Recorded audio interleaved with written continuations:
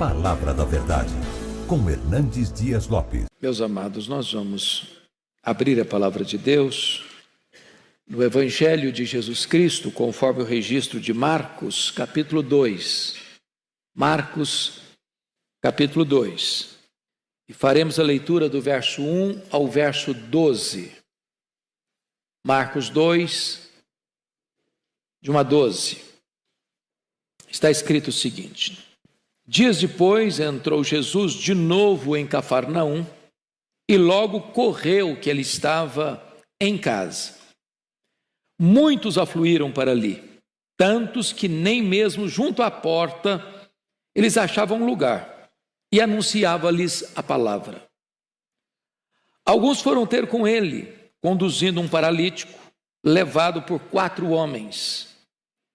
E não podendo aproximar-se dele, por causa da multidão, descobriram o eirado no ponto correspondente ao em que ele estava, e fazendo uma abertura, baixaram o leito em que jazia o doente. Vendo-lhes a fé, Jesus disse ao paralítico: Filho, os teus pecados estão perdoados.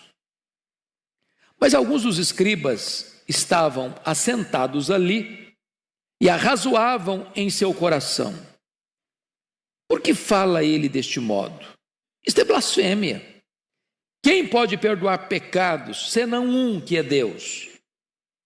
E Jesus, percebendo logo por seu espírito que eles assim arrazoavam, disse-lhes: por que arrazoais sobre estas coisas em vosso coração?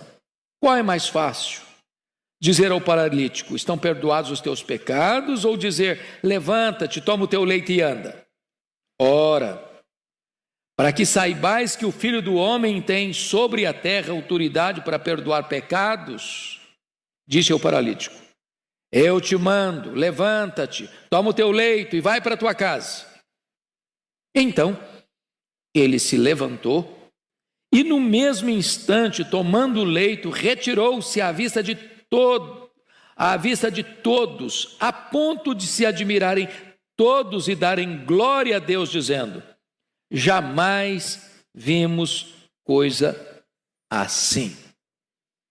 Eu gostaria de pensar com vocês sobre este tema: jamais vimos coisa assim. Bom, o texto nos informa que Jesus está de volta para a sua cidade, a cidade de Cafarnaum. Não que ele tenha nascido aqui, ele fez dessa cidade o seu quartel-general durante o seu ministério, desde que a sua cidade, Nazaré, o rejeitou. Cafarnaum era uma cidade aduaneira, era uma cidade onde havia um posto da fazenda, de recolhimento de tributos, de impostos, de grande trânsito de pessoas. Era uma cidade estratégica, era uma ponte para o mundo daquela época. E Jesus estrategicamente vai se fixar nessa cidade. E ele dali fazia suas peregrinações pela Galileia, pela Pérea, e fazia incursões também, mormente nas grandes festas, na Judéia. Diz o texto que correu a informação de que ele estava em casa. E então uma multidão corre para lá. A casa fica entupida de gente. À porta, uma grande barreira humana. Muita gente. E não consta que ele estivesse ali fazendo milagres. Ele estava ali, segundo o verso 2, anunciando-lhes a palavra. Ele era um mestre, ele era um pregador. Quando então diz a Escritura que havia um homem paralítico na cidade. E uns amigos, o texto nos informa, 4 homens, chegam à seguinte conclusão: esse paralítico precisa ser levado a Jesus. E eles creram que se aquele paralítico fosse levado a Jesus, Jesus podia curá-lo. E agora imaginem vocês, esses homens transportando esse homem rua fora.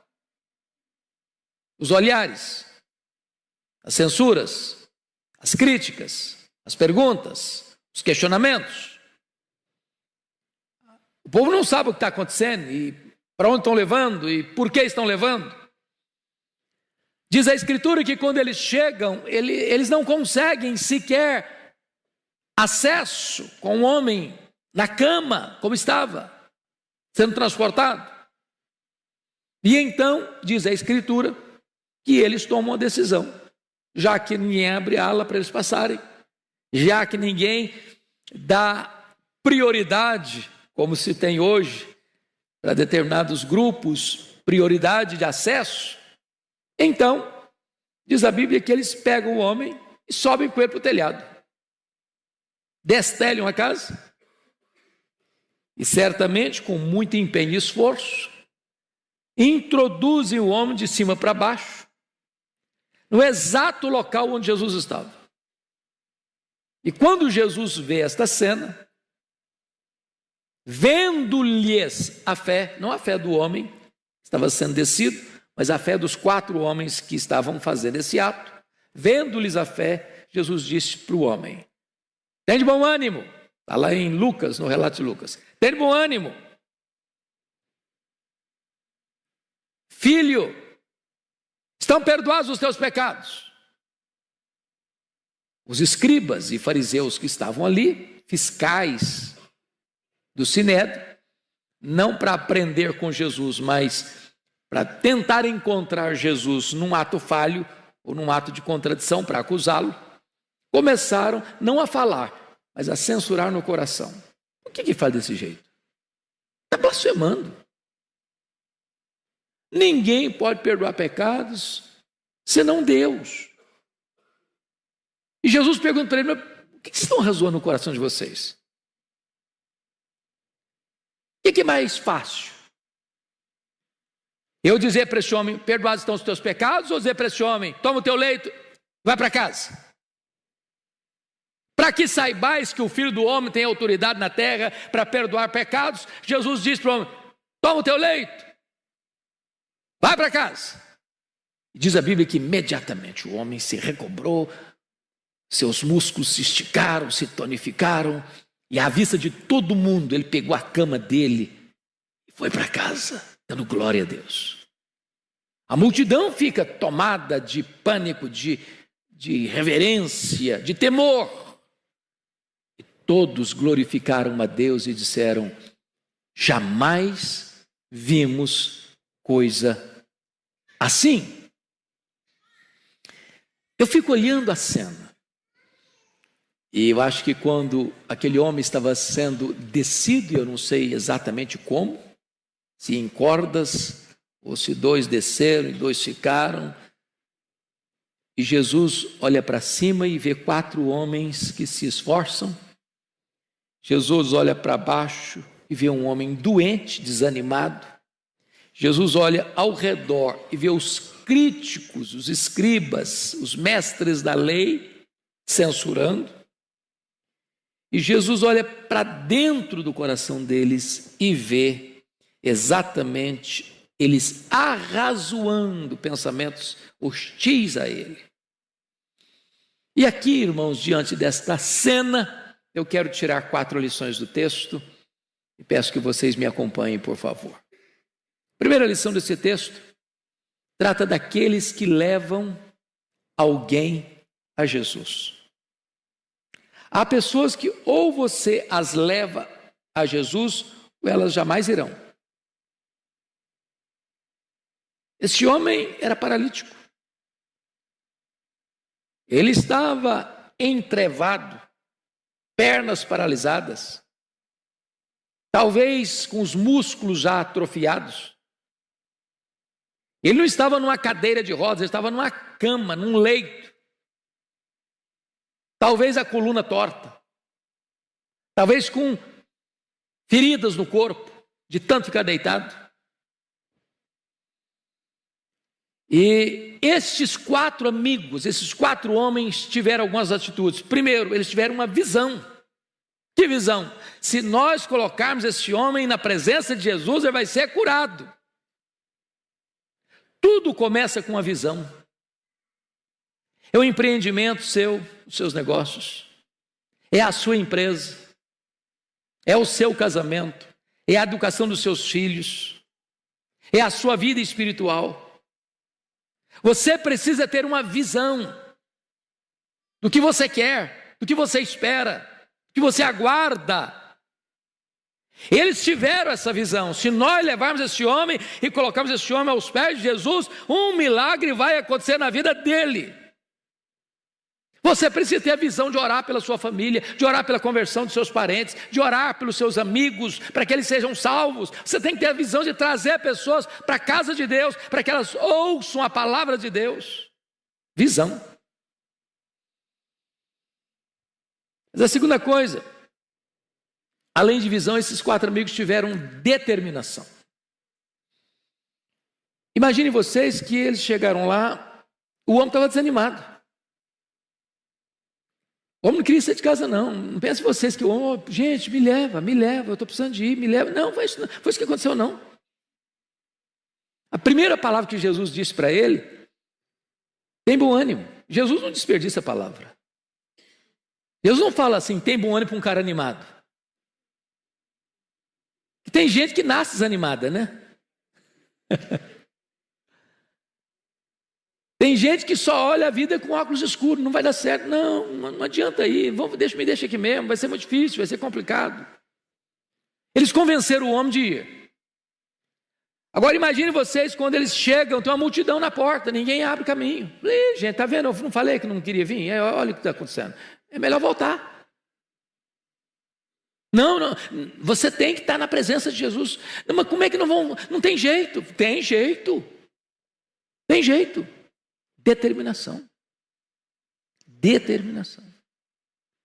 Gente, às vezes o caminho da bênção tem dificuldade, tem obstáculo, tem entrave. Não desanima, não. No primeiro sinal de problema, não. Dificuldade, não. Determinação. Vai em frente. Vai em frente. Mas em terceiro lugar, esses homens demonstraram criatividade. Criatividade. Veja bem, gente, pense comigo aqui. Tinha o peso do camarada, eu não sei quantos quilos ele pesava, mas carregar um homem numa cama não é uma brincadeira. Você já mudou para apartamento de 4º andar que não tinha elevador? Subir com a geladeira? Ô, gente, é uma tragédia. Agora, subir com um homem numa cama para o telhado, não tinha andaime não, viu? Desceu o cara, falou, vai ser outro acidente, o cara vai ficar agora tetraplégico. Pensa comigo que eles devem ter feito algumas coisas muito constrangedoras, porque o dono da casa não deve ter gostado, não. Destelharam a casa do cara. Abriram um buraco no teto. Mas esses homens estão o quê? Determinados. Determinados. E aqui tem um outro ponto, o terceiro ponto é criatividade.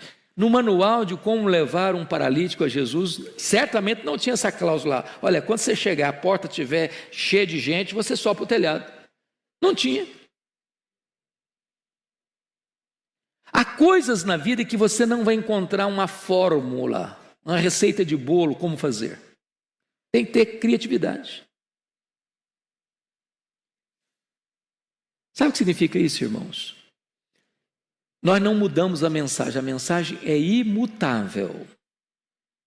Ela é única, ela é a mesma mensagem que os profetas pregaram, que os apóstolos pregaram, que Jesus pregou, que os pais da igreja pregaram, que os reformadores pregaram, que os nossos antepassados pregaram, é a mesma que nós pregamos, que os nossos filhos vão pregar amanhã, que as futuras gerações vão pregar no futuro. Não muda, não muda, não muda. Agora, método muda. Tem que ter criatividade. Hoje eu estava fazendo uma live com o pastor Arival, nós estávamos conversando sobre a questão das mídias sociais. Que ferramenta fantástica! Meus irmãos, Paulo, na época dele, singrou os mares, com barcos frágeis, enfrentando tempestades, voragens do mar, de rios, perigos.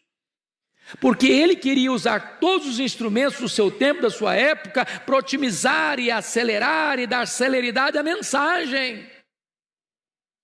Hoje Deus coloca diante de você mídias sociais, mas não é para você espalhar fake news, não é para você contar uma piada, não é para você tirar sarro do amigo que o jogo dele, o time dele perdeu, não é para você fazer brincadeiras que às vezes contrariam e contradizem o testemunho da fé, não é para você usar essa ferramenta com uma finalidade específica, levar a esperança do evangelho para as pessoas. Criatividade. Eles inovaram, eles foram ousados, mas notem mais, eles tiveram fé. Eu acho fantástico que o verso 5 nos informe assim: vendo-lhes a fé. Não diz vendo-lhe a fé. A fé que Jesus está enaltecendo aqui não é propriamente a fé do homem paralítico. Pode até estar incluída. Alguns estudiosos entendem que está também incluída a fé do paralítico, mas a ênfase do texto é que Jesus viu a fé daqueles que levaram o homem. Às vezes você vai trazer alguém na casa de Deus, ou às vezes você vai levar o evangelho na casa de alguém, aquela pessoa não está tendo fé, não, ela não está nem querendo, às vezes ela está desanimada. Mas Jesus honra a sua fé. Jesus honra a sua postura, sua atitude. E você crê que se você levar seu marido, se você levar sua esposa, se você levar seus filhos, se você levar seus pais, se você levar seus amigos, o Senhor vai fazer um milagre na vida deles. Bom, vamos olhar o segundo ponto da mensagem. Primeiro, aqueles que levam alguém a Jesus. Mas vamos olhar em segundo lugar, aqueles que bloqueiam o caminho para Jesus. Quem está bloqueando o caminho? Olha aí o versículo 2. Muitos afluíram para ali, tantos que nem mesmo junto à porta eles achavam lugar. Agora olha o verso 4. E não podendo aproximar-se dele por causa da multidão, descobriram o eirado no ponto correspondente ao em que ele estava. Veja bem que a multidão podia ter sido mais sensível, não? Jesus não estava fazendo milagres ali, Jesus estava ensinando, pregando. Talvez aqueles que estavam à porta, ao verem aqueles 4 homens chegando com um homem paralítico, e eles sabiam que Jesus podia fazer um milagre ali, diziam, vamos deixar, gente, vamos abrir o caminho, vamos dar espaço, vamos facilitar, vamos ajudar. Aliás, se você ler a Bíblia, multidão sempre foi um problema às vezes. Lembra de Bartimeu, lá em Jericó? Bartimeu está gritando, Senhor, filho de Davi, tem misericórdia de mim, filho de Davi, tem compaixão de mim. A multidão diz, cala, cara, cala.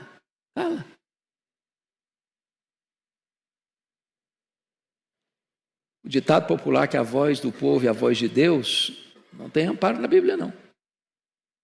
Às vezes a multidão quer atrapalhar, quer fechar o caminho, quer impedir de vocês de levar as pessoas a Cristo. Mas, em segundo lugar, os escribas e doutores da lei. Olha o verso 6 comigo aí. Mas alguns dos escribas estavam assentados ali e arrazoavam em seu coração. Me permita dar uma olhadinha lá em Mateus 9, o texto paralelo.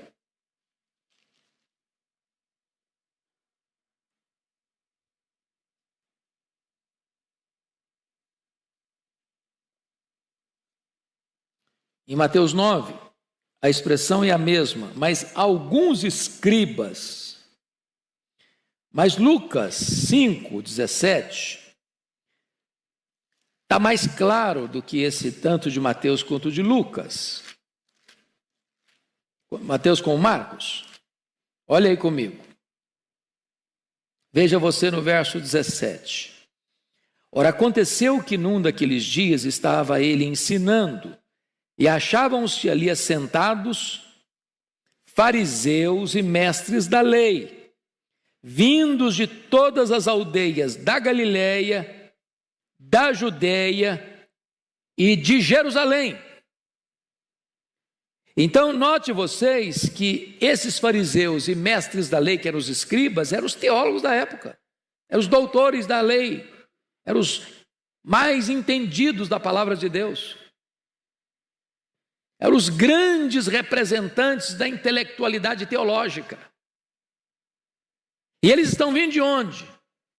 Está escrito aqui: de todas as aldeias da Galileia. Ô, gente, na Galileia tinha 204 cidades pequenas. Jesus percorria várias aldeias. E eles estão brotando todo lado.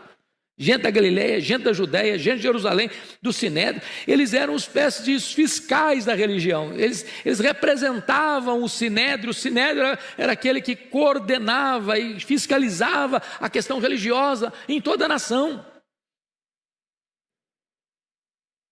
E eles estão lá, com um obstáculo. Primeiro, eles não eram ouvintes sinceros.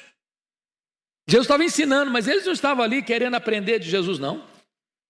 Eles não foram para lá porque eu quero aprender de Jesus, eu quero que Jesus seja o meu mestre, eu quero ouvir uma lição para o meu coração. Não, eles estavam ali como fiscais. É muito triste quando alguém às vezes vem para um culto, vem para a igreja, não para ouvir a voz de Deus, mas para criticar o pregador, para anotar uma frase, talvez não bem elaborada. Eles estavam ali para buscar a ocasião contra Jesus.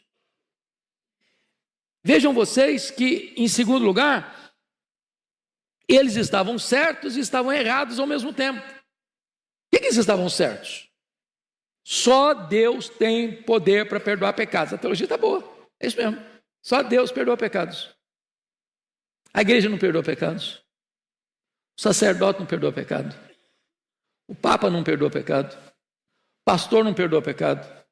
O concílio eclesiástico não perdoa pecado. Quem tem poder para perdoar pecado? Deus. Só Deus. Só Deus. Estão certos. No que eles estão errados? Eles não reconhecem que Jesus é o Filho de Deus. Eles não reconhecem que Jesus é o Messias. Eles não reconhecem que Jesus era o próprio Deus feito carne. Então, eles estão aí, certos num ponto, errados no outro, mas aí Jesus os apanha nas cordas das suas doutrinas. Por quê? Por que Jesus fez essa pergunta assim? O que é mais fácil dizer? Perdoados estão os teus pecados, ou dizer para esse paralítico, toma o teu leito e vai para casa? Por que Jesus disse isso? Está fora de contexto? Não. Na crença dos escribas, dos fariseus, havia uma espécie de relação de causa e efeito, de sofrimento, de pecado e sofrimento, de pecado e doença. Na mente deles, a causa era o pecado, a consequência era a enfermidade. Então, na cabeça deles, nenhuma pessoa podia ser curada sem primeiro ser perdoada. Por quê? Você só elimina a consequência se você elimina a causa.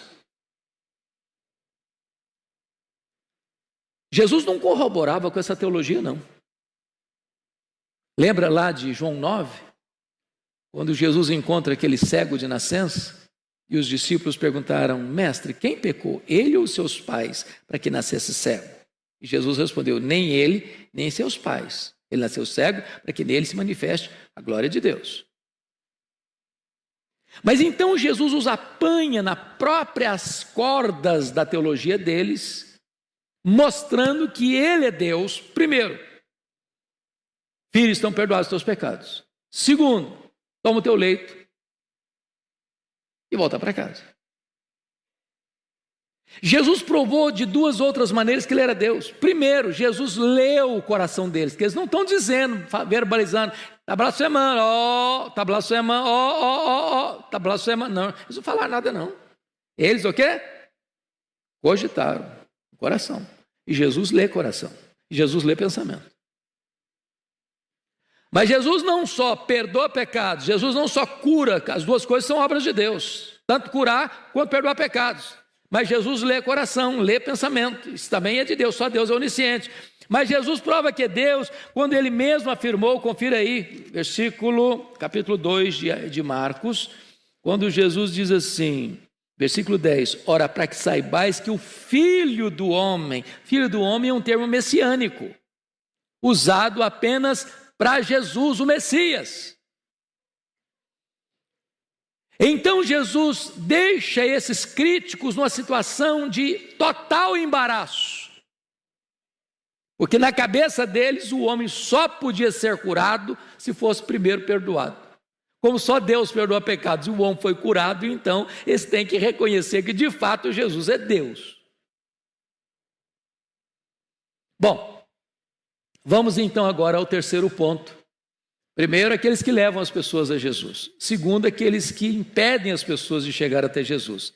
E terceiro, aqueles que são levados a Jesus. E destaco aqui 3 coisas. Primeiro, o paralítico foi cativo e voltou livre. Olha aí comigo o versículo 3, por favor. Alguns foram ter com ele, conduzindo um paralítico levado por 4 homens. Agora olha o verso 12. Então ele se levantou e no mesmo instante, tomando o leito, retirou-se à vista de todos, a ponto de se admirarem todos e darem glória a Deus, dizendo, jamais vimos coisa assim. Então ele foi cativo. Foi cativo do seu desânimo, foi cativo de uma autoestima achatada, por isso Jesus o chamou de filho, foi cativo da sua enfermidade, paralítico, e foi cativo dos seus pecados. O homem é cativo. O homem não pode libertar a si mesmo. Ele não pode curar a si mesmo, ele não pode perdoar a si mesmo, ele não pode sequer melhorar sua autoestima, ele não pode sequer resolver os seus problemas emocionais. Mas ao encontrar-se com Jesus, ele foi cativo e voltou o quê? Livre. Segundo, o paralítico foi carregado e voltou carregando. 4 homens rua fora carregando o leito dele. E ele em cima. Quando chega o verso 12, ele não volta mais carregado. Ele volta carregando o leito. E quando você tem um encontro com Jesus, o seu fardo é tirado, sua doença é curada, seu pecado é perdoado, sua vida é restaurada. E agora você é livre e você volta demonstrando o poder do milagre da cura na sua história. Você não precisa ser mais carregado, agora é você quem carrega. Terceiro, ele foi buscar uma bênção e voltou com 2 bênçãos. Isso é impressionante, irmãos. Às vezes o sofrimento leva o homem a Deus. Porque ele estava doente, ele foi levado a Cristo. Quantas vezes uma pessoa vai a Cristo por causa de um problema? É um casamento que está em crise, é um filho que está dando problema, é uma enfermidade grave, é um problema financeiro, é uma situação de tempestade na vida, e a pessoa recorre a Deus naquela angústia, naquela dor, buscando uma saída para o seu problema imediato, e quando chega, encontra mais do que uma saída do problema imediato. Encontra perdão, encontra salvação, encontra a vida eterna, encontra a alegria da salvação em Cristo Jesus. Hoje cedo eu estava em Vitória, embarcando aqui para São Paulo. Eu estava entrando no avião. Veio um homem, deu um abraço apertado, disse, meu sonho era encontrar o senhor. Eu preciso dar um testemunho. Minha vida estava arruinada, eu estava completamente quebrado pela vida, com a família destroçada, quando um dia eu escutei uma mensagem. E essa mensagem mudou minha história, mudou minha vida, salvou meu casamento, salvou minha família. e hoje eu sou um servo de Deus e a minha família serve a Jesus. Eu precisava encontrar você para dar essa notícia. Às vezes você vai a Jesus ligando o seu televisor ou entrando num programa evangélico de madrugada ou assistindo uma mensagem na hora de desespero. Você quer resolver aquele problema. E Jesus, além de resolver aquele problema, resolve todos os problemas da sua vida, porque salva você para toda a eternidade. Ele foi buscar cura e ele encontrou, além da cura, salvação. Filho, perdoados são os seus pecados. Mas aí quem tem a última parte dessa mensagem, meus irmãos? Primeiro, os que levam as pessoas a Cristo. Segundo, as pessoas que atrapalham as pessoas de chegar a Cristo. Terceiro, os que são levados a Cristo. Em quarto lugar, a intervenção de Jesus àqueles que são levados a Ele. O que Jesus fez com esse homem? Chama a sua atenção para o fato de que Jesus fez 4 milagres na vida desse homem, 4 curas diferentes na vida desse homem. Em primeiro lugar, Jesus curou o paralítico emocionalmente. Está lá em Mateus 9:2, que é o texto paralelo. Só aparece em Mateus essa expressão. E eis que lhe trouxeram um paralítico deitado num leito. Vendo-lhes a fé, Jesus disse ao paralítico: tem bom ânimo. Essa expressão tem bom ânimo só Mateus registra. Aqui eu examino a cura emocional. Tem gente desanimada. Parece que já nasce desanimado. Outros problemas fizeram dessa pessoa uma pessoa desanimada. Ela já não acredita mais. Ela já jogou a toalha. Já entregou os pontos. O camarada está sendo transportado rua fora, subir com ele para o telhado, abrir o telhado, descer com ele onde estava Jesus, o cara está desanimado. Todo mundo está acreditando que a coisa vai acontecer, ele não está. Você conhece gente assim? Aí Jesus disse para o cara: tem bom ânimo, cara, tem bom ânimo, vai dar certo, vai acontecer. Jesus, antes de curar o camarada fisicamente, cura o indivíduo emocionalmente. Talvez você veja aqui hoje precisando de uma cura emocional. Tirar esse nevoeiro da sua mente. Tirar os óculos escuros. E às vezes a gente só anda de óculos escuros. Tudo está cinzento, tudo está escuro, nada parece que vai dar certo.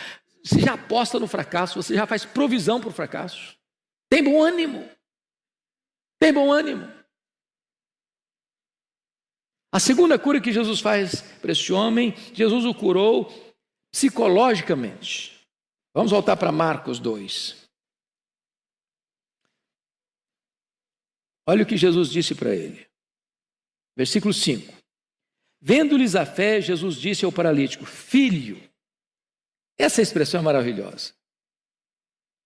Filho. Vocês se lembram lá de João, capítulo 21? Os discípulos acovardados, né? E Pedro, ao chegar na Galileia, não encontra Jesus lá, e ele diz para os seus colegas assim: eu vou pescar. E ele está dizendo: olha, fim de linha para mim, eu vou voltar para as redes, vou voltar para o passado, vou recomeçar o que eu deixei lá atrás, porque para mim não tem mais jeito mesmo. Meu sonho acabou, meu futuro acabou, meu projeto de ser discípulo terminou, então vou voltar para as redes. E quando Jesus se dirige a eles a 100 metros de distância, disse: filhos, filhos. Que palavra! Para quem está fugindo, para quem está desanimado, para quem está desistindo, para quem está jogando a toalha. Filhos. Jesus chamou esse homem de filho, para curar a psique dele, para curar esse mundo psicológico turbulento, cinzento, nebuloso. Filho. O que Jesus está dizendo para esse homem é o seguinte: você tem valor. Você está doente, você está numa cama, você está desanimado, você tem valor. Eu estou te chamando de filho. É o termo mais doce, é o termo mais amável. Tem nessa palavra mais de 1 tonelada de graça. Filho, filho. Mas em terceiro lugar, Jesus cura esse homem espiritualmente. Jesus diz aí, olha comigo, confira aí, versículo de número 5. Filho, os teus pecados estão perdoados. Eu acho isso maravilhoso, que o homem não chegou para Jesus, olha, eu sou um miserável pecador, então o Senhor me perdoou. Não, o homem nem confessou o pecado, Jesus está perdoando. Oh, graça maravilhosa. Os teus pecados estão perdoados. Meus irmãos, não tem palavra mais libertadora do que essa. Porque a maior tragédia da nossa vida é o pecado. Pior do que a doença. Pior do que a pobreza. Pior do que a perseguição. Pior que a própria morte. Todos esses males não podem nos afastar de Deus. O pecado afasta. No tempo, na eternidade. Feliz é aquele que pode escutar de Jesus, teus pecados estão perdoados. Você não precisa mais carregar essa culpa, esse peso, esse chicote da consciência, esse tormento. Não tem colchão suficientemente macio para quem está atormentado pelos seus pecados. Não tem travesseiro de pena de ganso que dê jeito para a sua cabeça atormentada pela culpa. Mas esta palavra é doce, é libertadora, é restauradora, traz paz. Filho, os teus pecados estão perdoados. Está resolvido. Está resolvido. Não tem mais peso. Não tem mais culpa. Não tem mais condenação. Não tem mais juízo. Não tem mais inferno. Não tem mais susto das acusações do diabo. O sangue de Jesus purifica de todo pecado. Não importa o que você fez, não importa quão longe você foi, não importa quão profundamente você caiu, não importa quão acorrentado você ficou no cipoal do diabo, Jesus está dizendo para você hoje, aqui nesta noite, filho, os teus pecados estão perdoados. Vida nova, recomeço na presença de Deus. Mas finalmente, Jesus cura esse homem fisicamente. Olha comigo os versos 10 a 12. Ora, para que saibais que o Filho do Homem tem sobre a terra autoridade para perdoar pecados, disse ao paralítico, eu te mando, levanta-te, toma o teu leito e vai para a tua casa. O resultado está no 12. Então ele se levantou e no mesmo instante, tomando o leito, retirou-se à vista de todos, a ponto de se admirarem todos e darem glória a Deus, dizendo, jamais vimos coisa assim. Eu acho tão incrível as curas de Jesus. Porque imagine você um homem paralítico, no seu leito. Qualquer pessoa que fica muito tempo numa cama, paralítico, os músculos atrofiam. Mesmo que ele seja curado, é preciso fazer muitas sessões de fisioterapia para tonificar os músculos, para ele poder reaprender a andar. Mas quando Jesus cura, ele não cura crediário, ele não cura prestação, ele não cura em doses homeopáticas, ele cura para valer. Ele resolve de fato. Ele não faz a obra pela metade. Ele não faz escondido. Ele sai curado diante de todos. É verificável. É atestado. E hoje ele pode também trazer cura para nós. Ele é o mesmo ontem, hoje, para sempre o mesmo. Ele é o Jeová Rafá. Ele tem todo o poder. Eu quero concluir, meus amados, destacando o que está escrito aí no verso 12. Houve grande admiração entre as pessoas, a ponto de se admirarem todos, não alguns, todos. Quando Jesus manifesta o seu poder, admiração. Você olha e diz, será que é a mesma pessoa? Domingo agora, uma ovelha querida lá em Vitória me procurou e disse, pastor, eu preciso contar uma bênção. Uma pessoa muito feliz, alegre, corajosa, que testemunha da sua fé. E ela já falava de Jesus para um homem que ela dizia era a pessoa mais difícil. Sabe aquela pessoa que diz, olha, humanamente é impossível você pensar na pessoa dessa convertida. E ela disse, pois esse homem está com mais de 80 anos, me chamou à sua casa e me contou a transformação que Jesus operou. As pessoas estão boquiabertas, pasmas. Esse fulano? Ah, não. Esse fulano mesmo. Está convertido, está transformado. Você já imaginou o espanto lá em Jerusalém quando viram Saulo de Tarso convertido? O cara era um monstro. O cara mandou matar muitos santos em Jerusalém, convertido. Mas mais do que isso, versículo 12 diz, e darem, a ponto de todos se admirarem e darem glória a Deus. Glória a Deus, não é obra humana, não é sugestionamento psicológico, não é jogo emocional, não é frase de efeito. Não tem outra explicação a não ser uma obra miraculosa de Deus. Então é Deus que tem que ser exaltado. E aqui, então vem outra coisa maravilhosa, que está escrito aqui no verso 11, eu te mando, levanta-te, toma o teu leito e vai para onde? Para a tua casa. É restituição à família. Até hoje você foi uma preocupação para a sua família, até hoje você foi motivo de angústia para a sua família, até hoje você não pôde ajudar a sua família, você não pôde prover para a sua família, agora volta para a sua casa, volta para a sua família, para você ser motivo de alegria, para você ser patrocinador, para você ser provedor, para você ser uma bênção. Talvez você veja que hoje alguém na sua casa traz choro e dor na sua família, pois Jesus pode fazer um milagre e essa pessoa pode voltar para casa, para a família, para ser motivo de bênção e de alegria.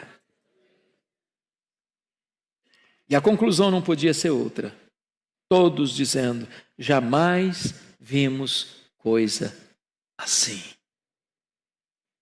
O outro evangelista diz, hoje vimos milagres.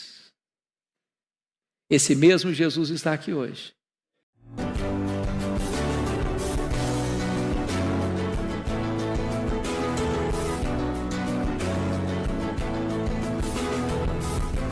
Palavra da Verdade, com Hernandes Dias Lopes.